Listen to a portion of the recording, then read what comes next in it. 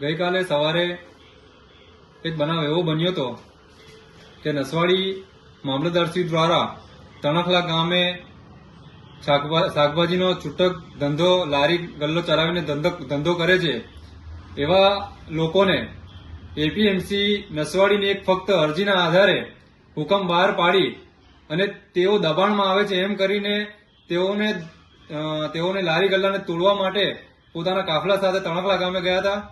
જે હકીકત મારા ધ્યાને આવતા મેં ત્યાં પહોંચી અને એ લારી ગલ્લા જે નાના રોજગાર મેળવનાર લોકો છે એમની તરફે નસવાડી મામલતદારશ્રીને રજૂઆત કરેલી કે તમે એમને કોઈ નોટિસ આપો. તમે આવી રીતે કોઈ પણ હુકમ બહાર પાડી અને આવું કોઈ પણ જયારે કોઈ વસ્તુ હોય કે અથવા તો કોઈની લારી ગલ્લા હોય કે કોઈનું રોજગારીનું સાધન હોય એને તમે તોડી શકો નહીં, અથવા તો એમને અલ્ટિમેટમ આપો અથવા એમને સમય આપો અથવા એમની પાસે કોઈ પુરાવા માંગો. એમની પણ રજૂઆત સાંભળો. તેમ છતાં નસવાડી મામલતદારશ્રીએ તેઓની કોઈ રજૂઆત સાંભળી નથી. અમારી સાથે ઉગ્ર બોલાચાલી કરી અને અમારી પણ કોઈ રજૂઆત સાંભળતા નતા.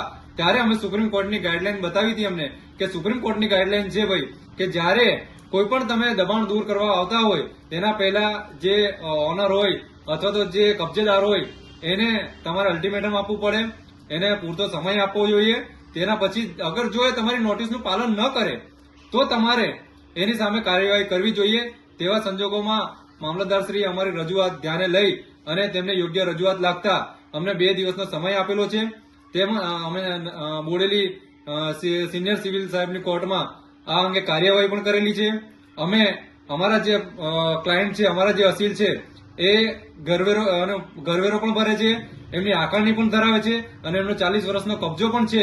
તેમ છતાં એપીએમસી પોતાના સ્વાર્થ માટે ખોટી અરજીઓ કરી અને આ મારા અસીલોને હેરાન કરે છે અને એના સાથે મેળાપીપણું કરી અને સરકારી તંત્રનો ખોટો ઉપયોગ કરી અને મારા અસીલનું જે લારી અને ગલ્લા છે જેનામાં એ લોકો રોજગાર મેળવે છે તે હટાવવાનો પ્રયત્ન કરી રહી છે.